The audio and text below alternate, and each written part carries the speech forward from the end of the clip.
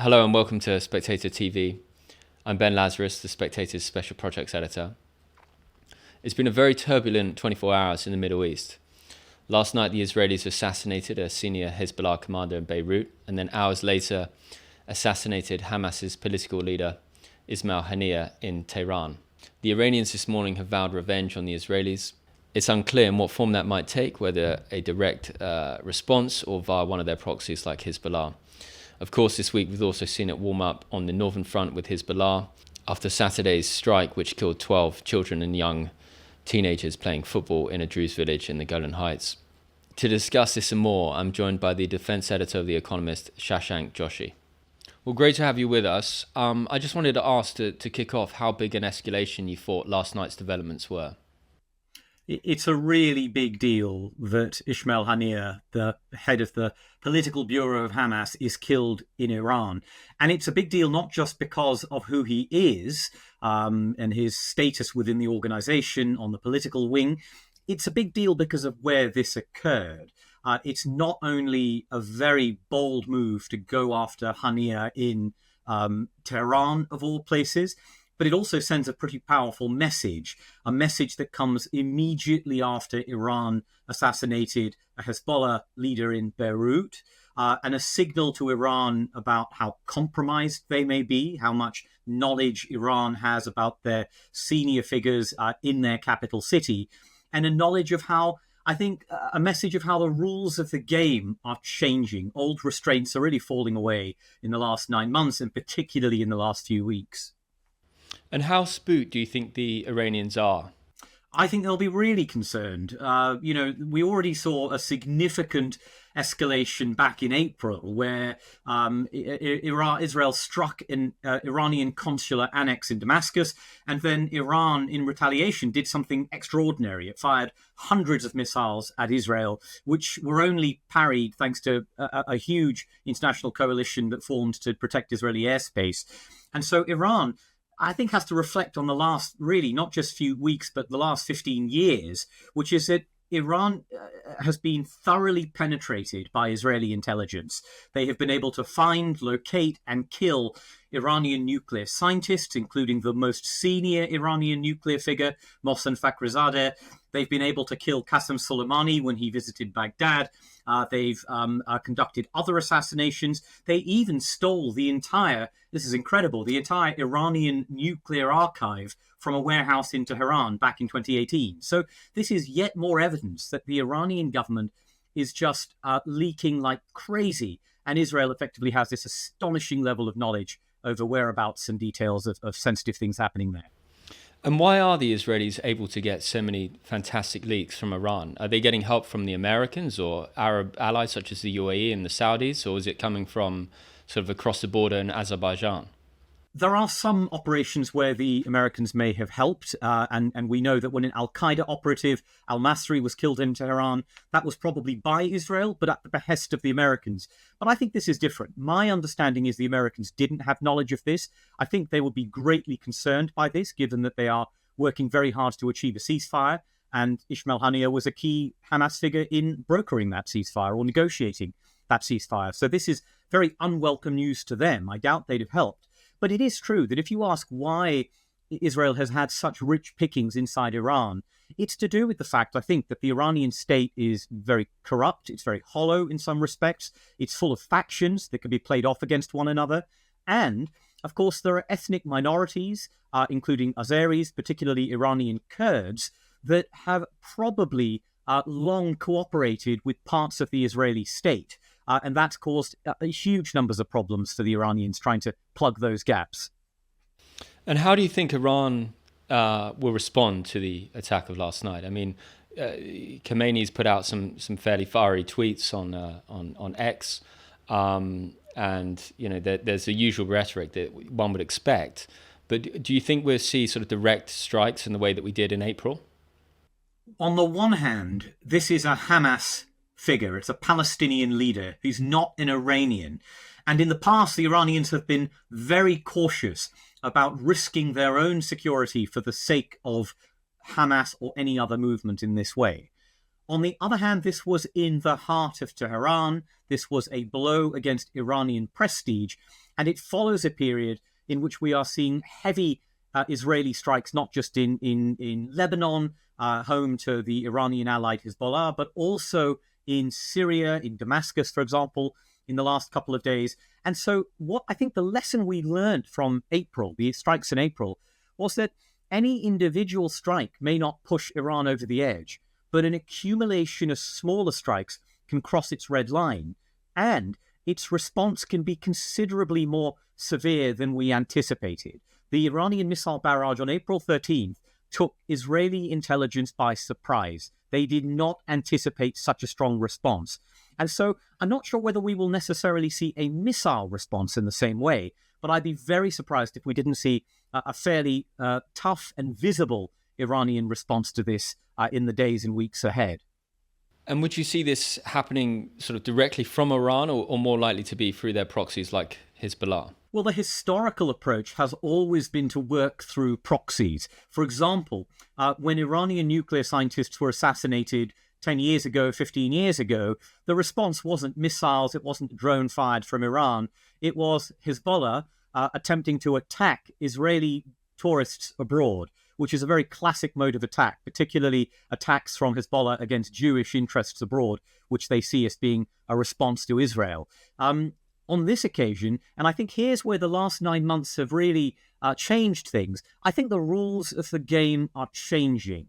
Iran's risk tolerance is growing. It's concerned that it has allowed too much provocative behavior from Israel is changing and shaping its behavior. So I'm not sure whether we'll see the 300 plus missiles that we saw back in April, but I think a direct attack from Iranian soil against Israel is distinctly possible. But so too, for example, is the use of a drone strike by the Houthis in Yemen, which is not claimed by Iran. That's possible. And if you go back a few years, when Saudi Arabian oil facilities were struck by a drone, everyone understood that was by Iran, but they hid behind Iraqi militia and the Houthis in Yemen. So we could still see an element of deniability in that response.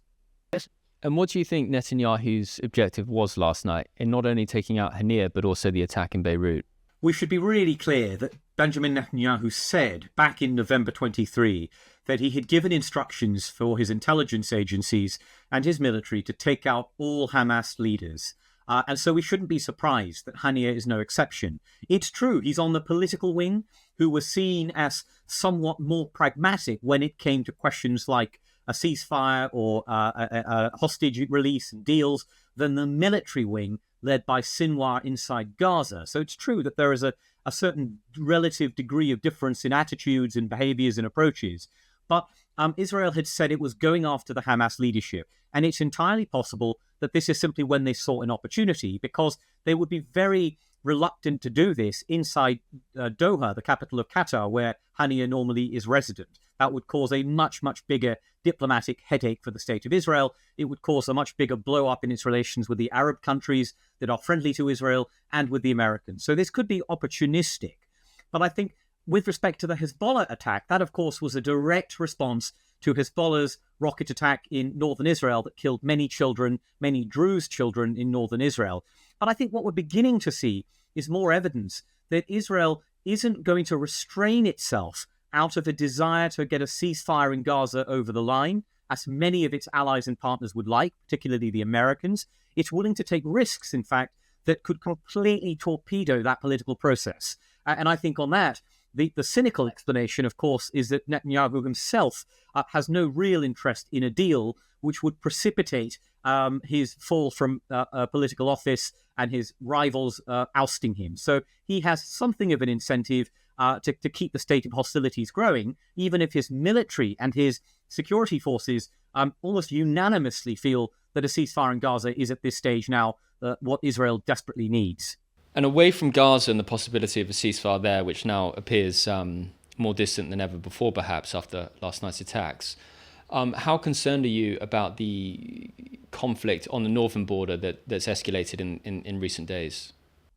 Well, the Hezbollah strike that killed many Israelis was a serious escalation, probably an accidental one, I would guess, because Hezbollah have largely tried to stick to military targets, respecting the kind of tacit rules of the game, if you will, that exist between Israel and Hezbollah. But that's changing. And if you're an Israeli leader right now, the concern is that you have 80,000 or so people displaced from northern Israel because of rockets and the risk of Hezbollah ground infiltration, and you want them back in northern Israel before the school term begins in September. That's looking pretty unlikely. And I think most people in Israel, most of the security establishment, think that it would be a bad idea to start a major war with Hezbollah. But I think there are some political leaders who disagree, who think that this could be the moment that's advantageous to really, once and for all, deal with the Hezbollah problem. I think in all likelihood, they need more time to get ready for that, both in military and diplomatic terms. But as we saw in the last week, it only takes one accident for these things to get out of control. And indeed, we still don't know how Hezbollah will respond to Israel's retaliation. So there's a kind of tit-for-tat dynamic here. And if Hezbollah's retaliation isn't kept within certain bounds, then that as well could prompt yet another Israeli attack. And so it's very, very easy to imagine how these things can spiral out of control, because the higher up the chain of violence you go, the more that those old assumptions about the ritual violence, the more they are less applicable and less relevant to the situation. So you could foresee some flashpoints happening in the coming weeks and that could spark a much larger regional war. A regional war is a possibility. This is why America has sent an aircraft carrier to the coast of the near enough Iran. It's why there's still profound concern in Israel about the prospect of higher escalation. They're looking into their infrastructure. How would it cope against Hezbollah missile strikes? My feeling was, until this week, that we were quite close to a ceasefire in Gaza.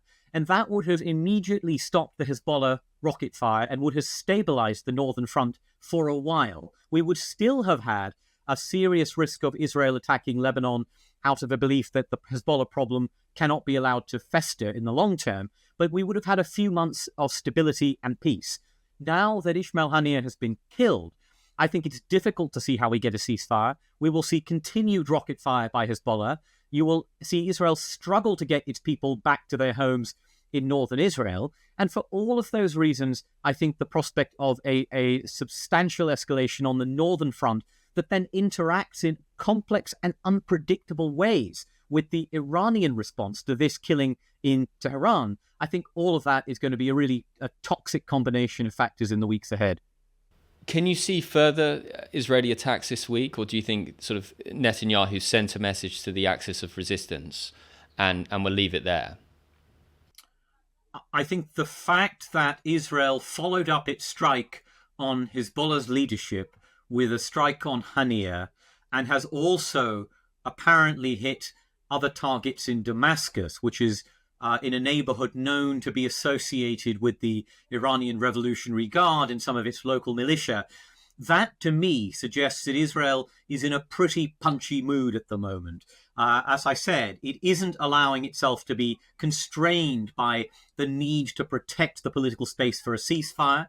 It isn't being constrained by the disapproval of the Biden administration. We, of course, had a visit by Netanyahu to Washington in which he was pretty contemptuous of the Biden administration, particularly of Kamala Harris, the Democratic candidate.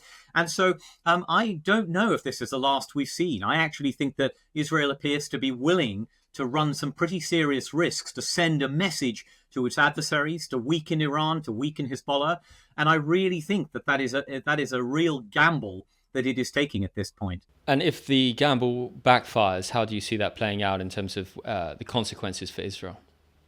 Well, one of the questions is, will we get a conflict in the region? Will we see a substantial Hezbollah missile attack on Israel as part of a conflict? And it's important to understand Hezbollah, as a military force, both as a sort of ground force and as a missile force, makes Hamas look like child's play. It has 130,000 rockets and missiles. Many of those are precision guided, whereas in its war in 2006, almost none were precision guided.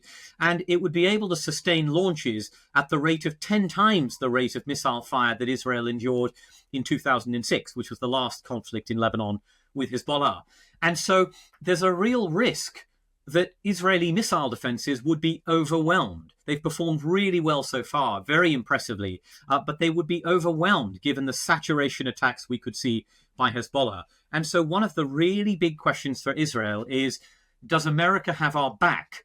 They helped parry the Iranian missiles back on April 13th. Would they do so again? Would other countries help? And it isn't clear that if Israel initiates a war against Hezbollah, will the Americans be as willing to join in such a campaign and back Israel, despite the huge diplomatic cost of doing so, particularly very close to an election in which, of course, the Democratic Party will be very concerned about the political costs of doing this as well.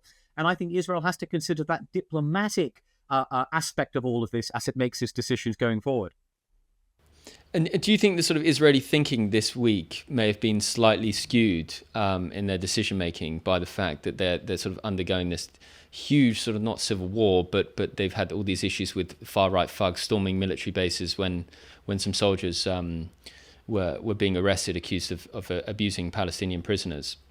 Do you think the fact that the decision of last night was made against that backdrop may have negatively impacted the sort of Israeli decision making process?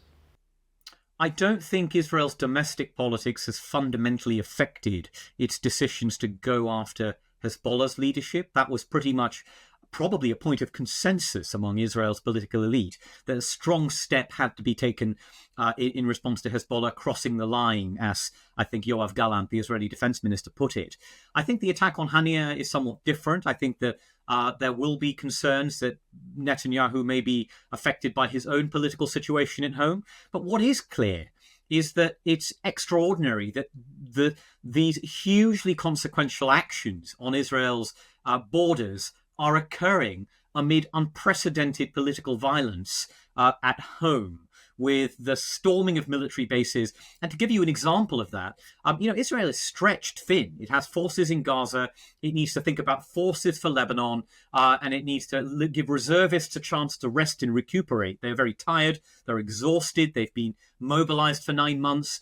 And this is happening. While this is all happening, the Israel Defense Forces sent 2 battalions to protect the military base where these detained soldiers who allegedly tortured and abused Palestinian prisoners were being held.